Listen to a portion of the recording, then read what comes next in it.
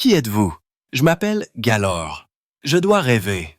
Honor Blackman a choqué le monde avec des tenues cuir moulantes qui ont fait paniquer les capteurs. Son émission de télévision a été interdite Amérique.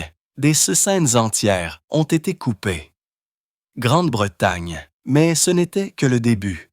Derrière les caméras, elle jetait des hommes adultes au sol grâce à de véritables arts martiaux. À 39 ans, elle a enfreint la plus grande règle d'Hollywood et est devenue la femme la plus âgée à séduire James Bond. Mais son secret le plus scandaleux n'était pas ce qu'elle portait, c'était ce qu'elle faisait privé. Honor Blackman est née le 22 août 1925 au 200 Cumberland Road à Canning Town, Plaistow, l'un des quartiers les plus difficiles de l'East London dans les années qui ont suivi la Première Guerre mondiale. Le quartier était rempli d'immeubles surpeuplés, le chômage était élevé et les épidémies de grippe étaient encore fréquentes.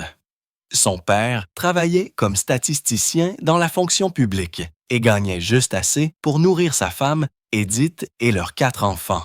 La maison familiale n'avait même pas de salle de bain intérieure avant la fin des années 1930. Pour Honor, l'enfance signifiait jouer dans des rues endommagées par les bombes et suivre des cours dans des baraquements de fortune, raison de la pénurie de logements. De nombreux enfants autour d'elle souffraient de malnutrition. Les dossiers de santé de 1926 montrant que 18% des enfants de l'East London avaient un retard de croissance dû à la pauvreté. Mais le quartier avait un fort esprit communautaire avec des kermesses paroissiales, des fanfares et des contes gratuits à la bibliothèque locale. Quand Honor avait 9 ans, elle a assisté à une inauguration de bibliothèque où de la poésie a été lue à voix haute. Elle a dit plus tard que ce moment lui avait donné l'impression de découvrir une clé secrète d'un autre monde, déclenchant un amour de la performance qui ne l'a jamais quittée. Pour son 16e anniversaire 1941, alors que le Blitz faisait rage et que le rationnement se resserrait, son père lui a donné un choix inhabituel. Elle pouvait avoir un nouveau vélo qui coûtait 5 guinées ou prendre des cours d'élocution dans un studio privé pour 10 shillings la séance. Même si elle a admis qu'elle avait secrètement envie de faire la course avec les garçons du quartier à vélo, elle a choisi les leçons. Cette décision a tout changé. Son professeur, Madame Marianne Cody, l'a initiée à Shakespeare, au sonnet de John Donne et au drame d'Ibsen. Il n'a pas fallu longtemps à Cody pour réaliser son potentiel. Elle a écrit au père d'Honor, l'exhortant à l'inscrire à temps partiel à la Guildhall School of Music and Drama. Malgré le coût, Frederick a réuni les frais.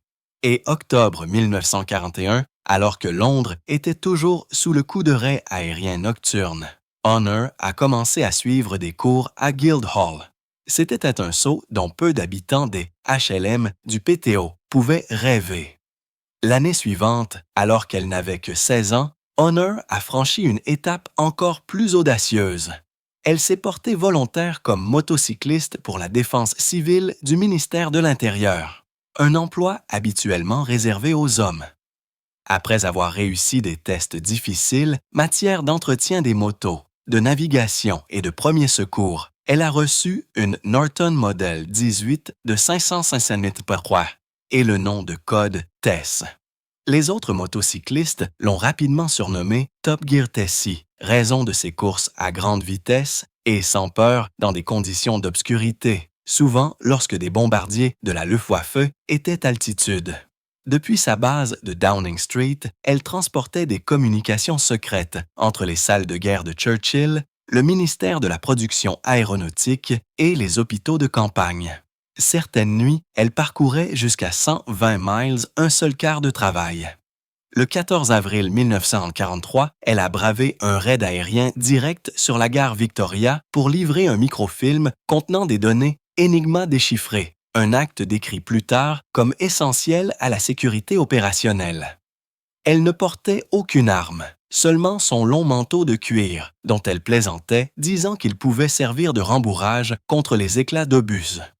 Pendant des décennies, l'étendue de ses missions est restée inconnue jusqu'à ce qu'elle les révèle finalement dans ses mémoires de 2005. Après la guerre, Elle a fait ses premiers pas dans le métier d'actrice.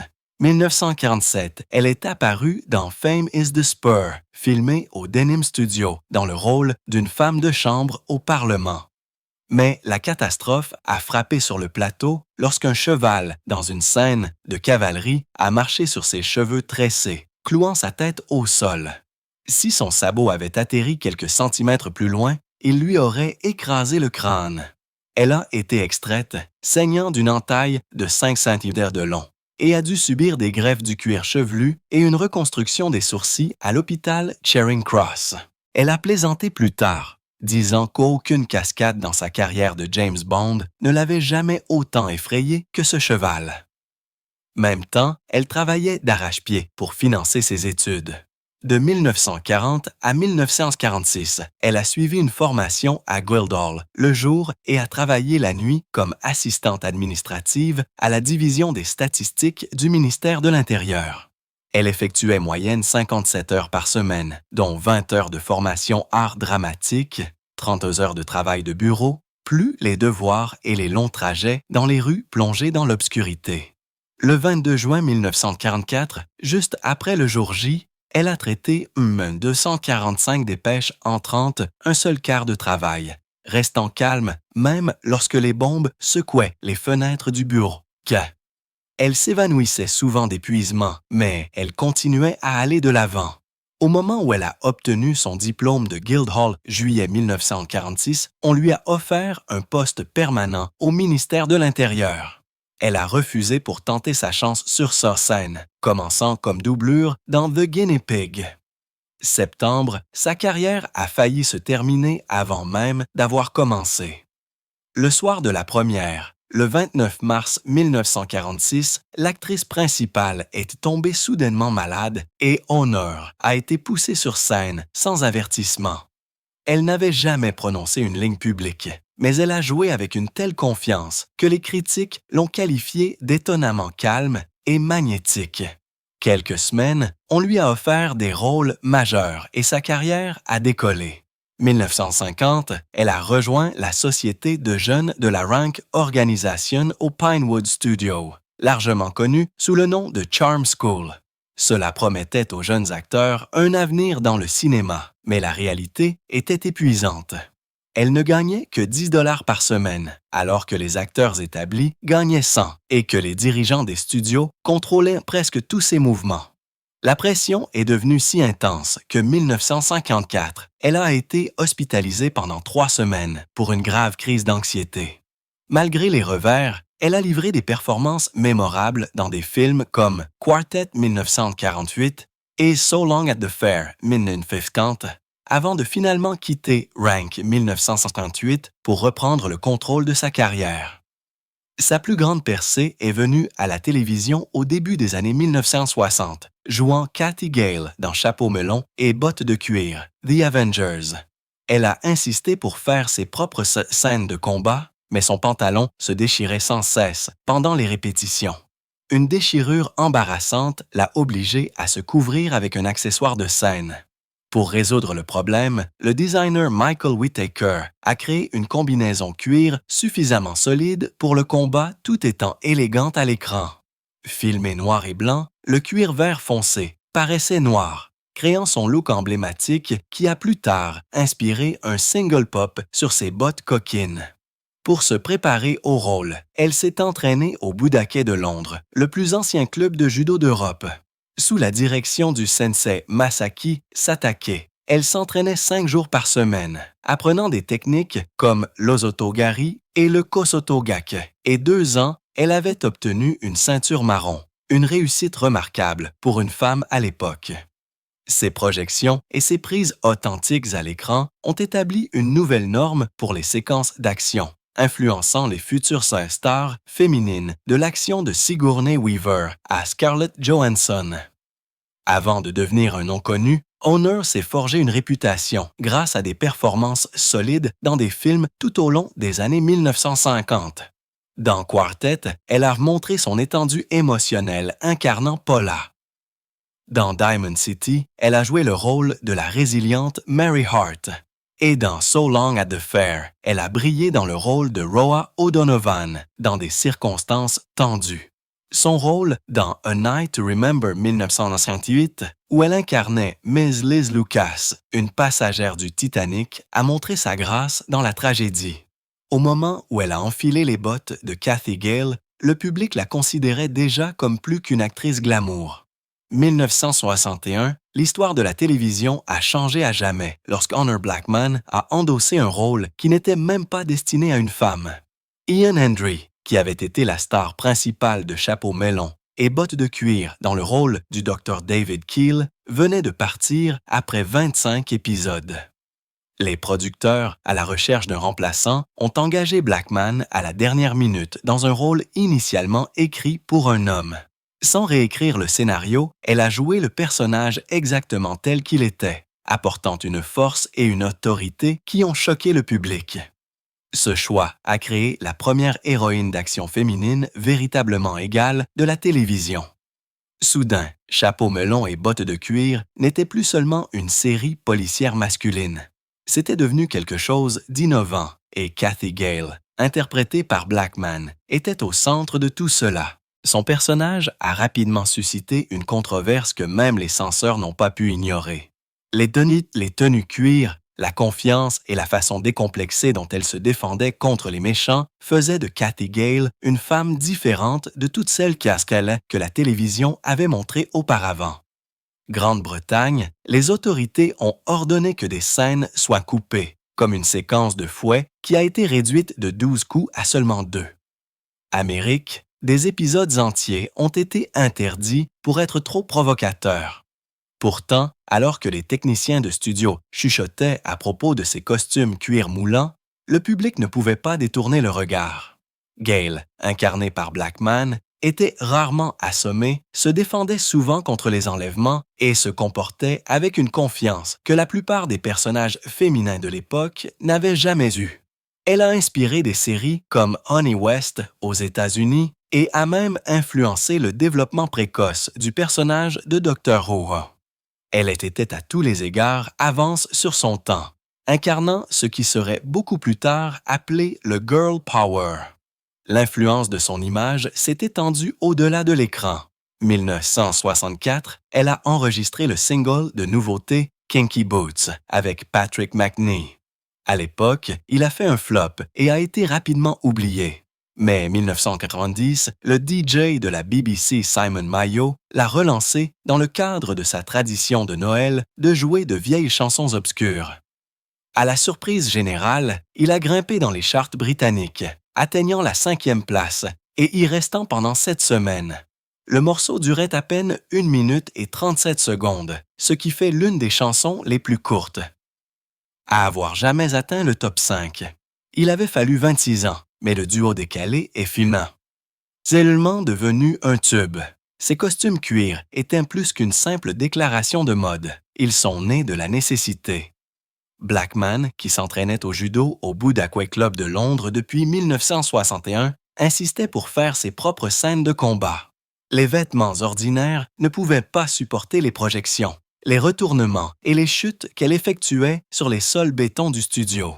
Les pantalons se déchiraient, les jupes se fendaient, et l'équipe de garde-robe a dû trouver une solution. Le designer Michael Whitaker a créé une combinaison cuir à la fois durable et élégante. Sur les écrans noirs et blancs, le cuir vert paraissait foncé et élégant, créant un look emblématique qui définissait Kathy Gale. La tenue a lancé des tendances de la mode dans toute la Grande-Bretagne, ses bottes devenant une folie nationale. Blackman a même écrit plus tard un livre sur l'autodéfense, montrant à quel point elle avait pris son rôle au sérieux. Dans les coulisses, la série n'était pas sans danger. Les sols de ses studios d'ABC à Teddington étaient béton sans rembourrage ni tapis de sécurité. L'engagement de Blackman à réaliser ses propres cascades l'exposait à de réels risques. Au cours d'une séquence, elle a atterri maladroitement et a subi des blessures suffisamment graves pour l'empêcher de travailler pendant des semaines. L'équipe de production a gardé l'incident sous silence, craignant des problèmes d'assurance et le risque de perdre sa star. Des années plus tard, Blackman a admis que le fait de frapper à plusieurs reprises les sols durs lui avait laissé des douleurs persistantes. Sa célébrité s'est également accompagnée d'une attention inquiétante. Le courrier des fans affluait par sacs entiers et provenait presque exclusivement d'hommes. De nombreuses lettres contenaient des fantasmes explicites, dont certains empiétaient sur un territoire inquiétant qui nécessitait l'intervention de la police. Quelques fans ont essayé de retrouver son adresse personnelle, ce qui a obligé le studio à intervenir pour la protéger. Pourtant, elle a également reçu une quantité inattendue de courriers de femmes qui admiraient son indépendance et sa force. Pour elle était plus qu'une star glamour. Elle était la preuve qu'une femme pouvait être intelligente, physique et totalement maîtresse de sa propre histoire. Malgré son succès, Blackman a pris la décision surprenante de quitter Chapeau melon et bottes de cuir après 43 épisodes. C'est arrivé au moment précis où la série allait passer au cinéma, ajouter de la couleur et enfin obtenir le genre de budget qui promettait un succès mondial. La plupart ont supposé qu'elle était partie pour jouer Galore dans Goldfinger. Mais ses propres mots racontent une histoire différente. Elle pensait que 2 ans étaient suffisants et a choisi de partir à son apogée créative plutôt que de rester plus longtemps pour des chèques plus importants. Sa vie avant Chapeau melon et bottes de cuir était tout aussi remarquable. Née le 22 août 1925 à Plaistow, l'un des quartiers les plus difficiles de l'East London, elle a grandi dans une maison sans salle de bain intérieure jusqu'à la fin des années 1930. Son père travaillait comme statisticien dans la fonction publique, gagnant juste assez pour nourrir la famille. La malnutrition était courante dans la région et, 1926, près de 18% des enfants présentaient un retard de croissance. Honor a trouvé son évasion dans les livres et les spectacles, inspirée à l'âge de 9 ans, lorsqu'elle a entendu de la poésie lue à voix haute dans une bibliothèque locale. Pour son 16e anniversaire 1941, son père lui a donné un choix étrange, un nouveau vélo ou des cours d'élocution. Elle a choisi les leçons, une décision qui a changé sa vie. Son tuteur l'a initiée à Shakespeare et à Ibsen. Et bientôt, elle étudiait à la Guildhall School of Music and Drama. Même temps, elle a accepté un travail de guerre secret tant que motocycliste, esquivant les bombes pour livrer des messages entre les salles de guerre de Churchill et les hôpitaux. Connue sous le nom de Top Gear Tassie, elle parcourait parfois 120 miles un seul quart de nuit. Ses premiers pas dans le métier d'actrice ont été tout aussi spectaculaires. À l'âge de 22 ans, elle était doublure dans la pièce de West End de Guinea lorsque l'acteur principal est tombé soudainement malade. Sans avoir le temps de se préparer, elle est montée sur scène et a livré une performance impeccable, lançant sa carrière du jour au lendemain. L'année suivante, lors du tournage de Fame is the Spur, elle a échappé de peu à la mort lorsqu'un cheval a marché sur ses cheveux lors d'une scène de bataille, lui déchirant le cuir chevelu et la laissant gravement blessée. Elle s'est rétablie et a persévéré, déterminée à ne pas laisser la peur la contrôler. Dans les années 1950, elle a rejoint la Company of Youth de la Rank Organisation, un programme de formation destiné à créer des stars, mais réputé pour exploiter les jeunes acteurs. Payée seulement 10 $ par semaine, elle a enduré des exercices sans fin et le contrôle du studio, allant même jusqu'à une dépression nerveuse due à la pression. Pourtant, elle a persévéré, se forgeant une réputation grâce à des rôles dans des films comme Quartet et So Long at the Fair. Au moment où elle a endossé le rôle de Cathy Gale dans Chapeau melon et bottes de cuir, le public la considérait déjà comme une femme capable de combiner glamour et courage. Lorsque Honor Blackman a été choisi pour jouer Galore dans Goldfinger, c'était un pari qui aurait pu très mal tourner. Le producteur Albert Broccoli savait que bien qu'elle soit déjà un nom connu Grande-Bretagne grâce à son rôle dans Chapeau melon et bottes de cuir, le public américain ne l'avait jamais vue auparavant. Il était convaincu que cela jouerait sa faveur. Les fans britanniques admiraient déjà sa Cathy Gale, vêtue de cuir et capable de projeter des gens au judo. Et les téléspectateurs américains découvriraient un nouveau talent frappant qui pouvait rivaliser avec James Bond, terme de force et d'esprit. Au lieu de suivre la tradition hollywoodienne et d'embaucher une actrice américaine établie, Broccoli a misé sur les véritables compétences de Blackman Arts Martiaux et sur sa présence imposante. Cette décision a contribué à faire de Goldfinger un succès mondial. Blackman a également enfreint l'une des règles tacites d'Hollywood. À 39 ans, elle avait 5 ans de plus que Sean Connery, ce qui faisait d'elle l'actrice la plus âgée à jouer un rôle de James Bond Girl à cette époque.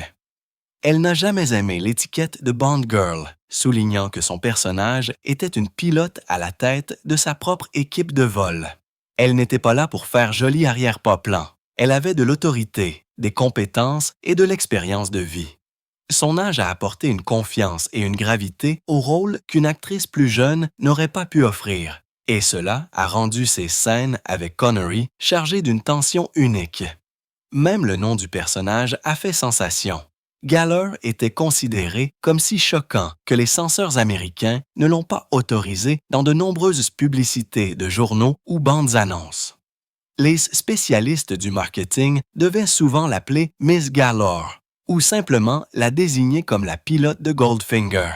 Les producteurs ont brièvement envisagé de changer le nom, mais ont finalement maintenu le choix initial. Blackman elle-même a tiré parti de la controverse, prononçant souvent le nom à la télévision directe juste pour regarder les intervieweurs américains se tortiller. Son rôle était mémorable non seulement pour sa présence, mais aussi pour sa capacité physique. Blackman s'était entraîné sérieusement au judo pour chapeau melon et bottes de cuir, travaillant avec des instructeurs professionnels, Douglas et Lorna Robinson. Elle était si talentueuse que les producteurs ont réécrit des parties du scénario pour montrer Galler comme une combattante. Dans une scène célèbre, elle a véritablement jeté Sean Connery au sol. Ce n'était pas une doublure. Elle l'a réellement renversé utilisant de vraies techniques de judo. Un niveau d'authenticité rarement vu dans les films de Bond jusqu'à ce moment-là. Cette combinaison de force, de maturité et d'audace a changé la façon dont les femmes de Bond étaient dépeintes. Blackman a rejeté l'idée qu'elles devaient être des bimbos, disant qu'elle n'avait jamais été une et qu'elle ne le serait jamais. Au lieu de porter des costumes révélateurs comme ses prédécesseurs Ursula Andress ou Daniela Bianchi, elle projetait sa puissance grâce à sa confiance et à son sens pratique. Elle est devenue une icône féministe au sein de la série, montrant qu'une femme de Bond pouvait être à la fois professionnelle et formidable. Son impact a été si fort que les producteurs ultérieurs ont déclaré qu'elle resterait à jamais dans les mémoires comme une icône de Bond. Mais Goldfinger n'était pas la seule partie remarquable de sa carrière. Un an auparavant, 1963, elle a joué le rôle de la déesse Hera dans Jason et les Argonautes. Le film est devenu légendaire grâce aux créatures stop-motion révolutionnaires de Ray Harryhausen, comme le géant de bronze Talos et les guerriers squalettes.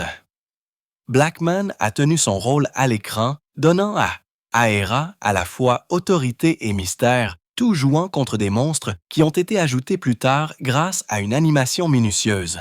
Elle n'a eu que 5 chances d'aider Jason, ce qui correspond au nombre de fois où sa sœur l'avait appelé avant de mourir. Et sa présence a apporté un sentiment obsédant de mythe et de destin au film. 1965, elle a prouvé son étendue dramatique dans La vie au sommet, aux côtés de Lawrence Harvey et Jane Simmons. Elle a joué le rôle d'une journaliste de télévision perspicace qui s'est impliquée avec le personnage d'Harvey. L'histoire explorait les luttes de l'ambition, du mariage et de la trahison dans le Yorkshire industriel. Les critiques ont salué sa performance, affirmant que chaque membre de la distribution avait été parfaitement choisi. Le film a montré que Blackman pouvait être tout aussi efficace dans un drame sérieux que dans un film d'action ou de fantaisie. Elle s'est également aventurée dans les westerns, une décision audacieuse qui l'a mise aux côtés de certains des plus grands noms d'Hollywood. Dans Shalako, 1968, elle a joué aux côtés de Sean Connery et Brigitte Bardot. Blackman a admis plus tard que la production était difficile, qualifiant Bardot de cauchemar parce qu'elle avait récemment tenté de se suicider et avait besoin de soins constants. Le film mettait scène des aristocrates européens lors d'une chasse au Nouveau-Mexique qui se retrouvait territoire apache. Bien que les critiques aient été tièdes, le casting a fait les gros titres. Zazir, elle a enchaîné avec un rôle important, 1971, jouant le rôle de la femme kidnappée du hors-la-loi. Vieillissant Dean Martin, démontrant une fois de plus sa polyvalence. Sur scène, elle a surpris le public incarnant l'héroïne aveugle dans Wait Until Dark. La pièce, un thriller à suspense, l'a forcée à se déplacer dans des scènes dans l'obscurité presque totale, créant une tension, alors que le public partageait la peur de son personnage. Les critiques ont été stupéfaits de la façon dont elle s'est débarrassée de sa forte image d'héroïne d'action pour devenir vulnérable mais déterminée. Elle a ensuite étonné le public dans le théâtre musical, notamment dans A Little Night Music 1979 et The Sound of Music 1981 avec Petula Clark. Bien qu'elle n'ait aucune formation formelle, sa voix chantée profonde et sensuelle lui a valu des critiques élogieuses. La production londonienne de The Sound of Music a battu des records de billetterie avec la plus importante vente anticipée de l'histoire du théâtre britannique. Sa polyvalence s'est manifestée une fois de plus dans Mr. and Mrs. de Noel Coward, 1968, où elle a joué deux femmes très différentes une seule soirée. D'abord une ménagère harcelante, puis une héroïne romantique tragique. Le fait de passer si complètement d'un personnage à l'autre a révélé l'extraordinaire étendue qu'elle avait au-delà de ses rôles d'action. Même dans sa vie personnelle, elle brouillait la frontière entre la scène et la maison. Avec son deuxième mari, Maurice Kaufman, elle a joué dans la farce Move Over, Mrs. Markham, qui a fait le tour du monde. Ils ont divorcé 1975, mais sont restés des amis proches, continuant même à travailler ensemble par la suite. Leurs deux enfants les rejoignaient souvent tourner, créant une dynamique familiale inhabituelle pour le monde du divertissement. Dans les années 1990, Blackman s'est réinventée pour une nouvelle génération dans la sitcom The Upper Hand. Elle a joué le rôle de Laura West, une femme plus âgée, glamour, audacieuse, séductrice et d'une franchise hilarante. La série a duré 7 saisons, de 1990 à 1996, avec 95 épisodes, prouvant qu'elle avait encore le pouvoir d'une star bien dans sa soixantaine. À une époque où la plupart des actrices avaient du mal à trouver des rôles après le milieu de l'âge, Blackman est devenu l'un des personnages les plus mémorables de la télévision britannique, montrant que l'âge pouvait être dépeint non pas comme une limite, mais comme une libération. Honor Blackman n'avait que 21 ans lorsqu'elle a épousé l'homme d'affaires Bill Sankey, 1946, et au début, cela ressemblait au début d'un avenir brillant. Mais l'homme qui avait 12 ans de plus a rapidement révélé un côté qui faisait ressembler sa vie plus à une prison qu'à un partenariat. Il lui rappelait son propre père d'une manière troublante. Et ce qui a commencé comme de l'amour s'est rapidement transformé en contrôle. Sankey était jaloux au point de l'obsession. Il voulait savoir où elle était, à qui elle parlait, et il a essayé de la tenir éloignée de la carrière d'actrice qu'elle commençait à peine à construire. Le pire coup est venu lorsqu'il a annoncé qu'il prévoyait de déménager au Canada et s'attendait à ce qu'elle abandonne sa carrière sans hésitation. Ce qu'elle a découvert ensuite l'a presque complètement brisée.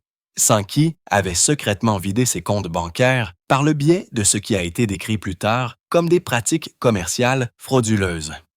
Pendant 8 longues années, elle a enduré ce mariage étouffant jusqu'à ce qu'il prenne finalement fin en 1954.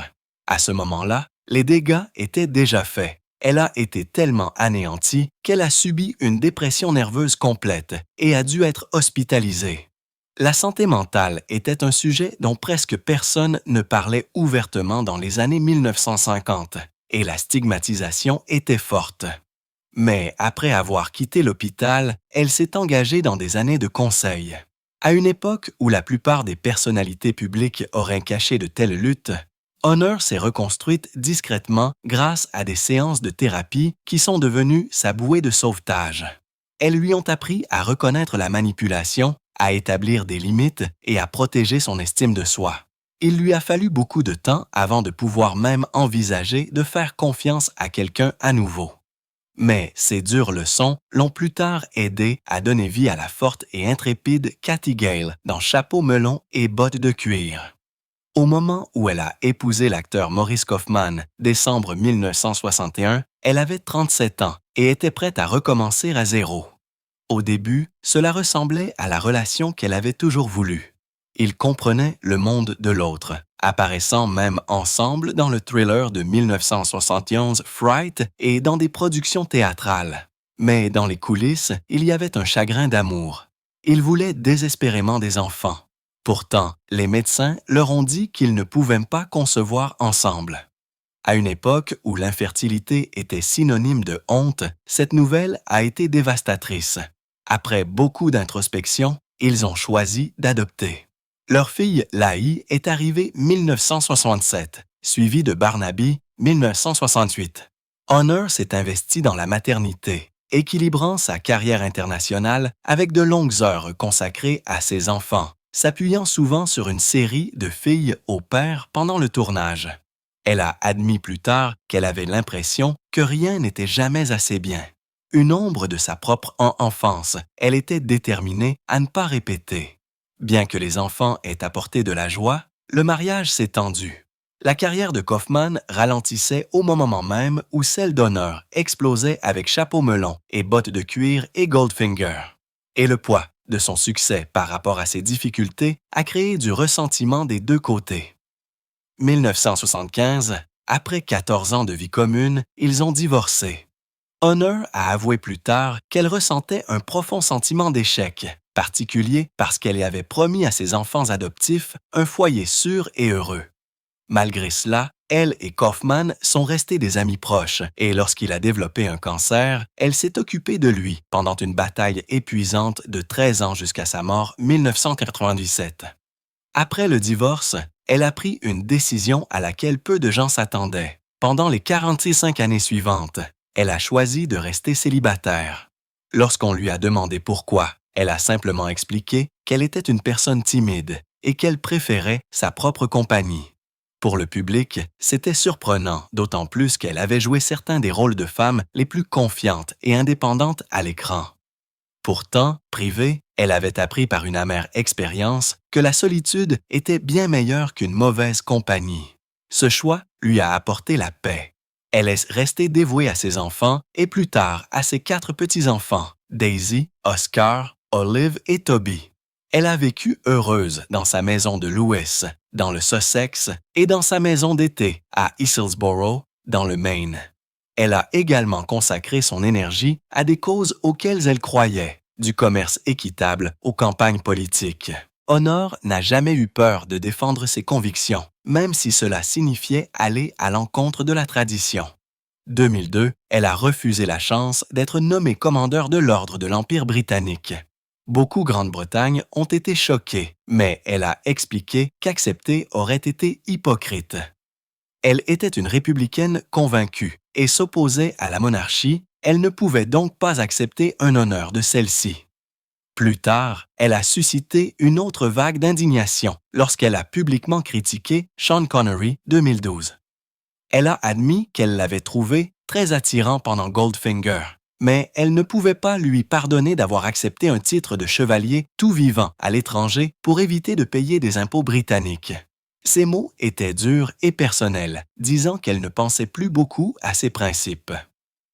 2013, lorsque Margaret Thatcher est décédée, Honor s'est exprimé à nouveau. Alors qu'une grande partie de la nation offrait des hommages respectueux, elle a dit clairement que Thatcher avait peu fait pour autonomiser les femmes, s'entourant d'hommes et ignorant les possibilités d'encourager les femmes politiques. Elle a également critiqué sa gestion des syndicats et a admis qu'elle était mécontente de la guerre des Malouines, disant sans détour: « Nous avons perdu des hommes, nous avons subi des blessures et nous avons fait exploser un navire. » Elle est même allée plus loin, arguant que les Malouines appartenaient plus à l'Argentine qu'à la Grande-Bretagne, un point de vue qui a choqué beaucoup de monde étant donné que 255 militaires britanniques étaient morts dans le conflit. Son honnêteté a suscité de vives critiques, mais elle n'a jamais adouci ses mots. Sa carrière, quant à elle, n'a jamais ralenti. À 75 ans, elle a connu un retour extraordinaire avec le journal de Bridget Jones 2001, jouant le rôle de Penny Husband Bosworth. Cela a lancé plus d'une décennie de nouveaux travaux avec des films comme Color Me Kubrick 2005, Reuniting the Rubens 2016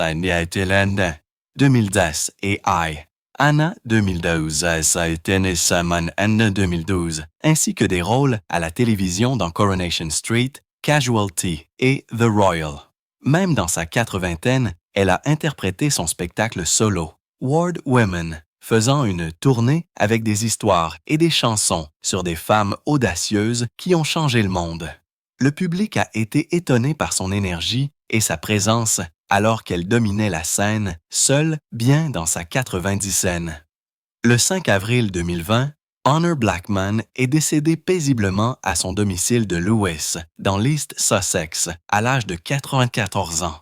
Sa famille a clairement indiqué que sa mort était due à des causes naturelles et n'était pas liée au coronavirus qui sévissait à l'époque. Elle avait vécu près d'un siècle entier, de sa naissance 1925 à Canning Town, à son dernier printemps, entourée de sa famille, dans la campagne qu'elle aimait. Ses enfants l'ont décrite comme une femme d'une beauté, d'une intelligence et d'une détermination extraordinaires, dotée d'une voix unique et d'une éthique de travail inégalée. Elle a laissé derrière elle non seulement un héritage de rôles inoubliables, mais aussi l'histoire d'une femme qui a vécu sa vie entièrement selon ses propres conditions, quel que soit le prix.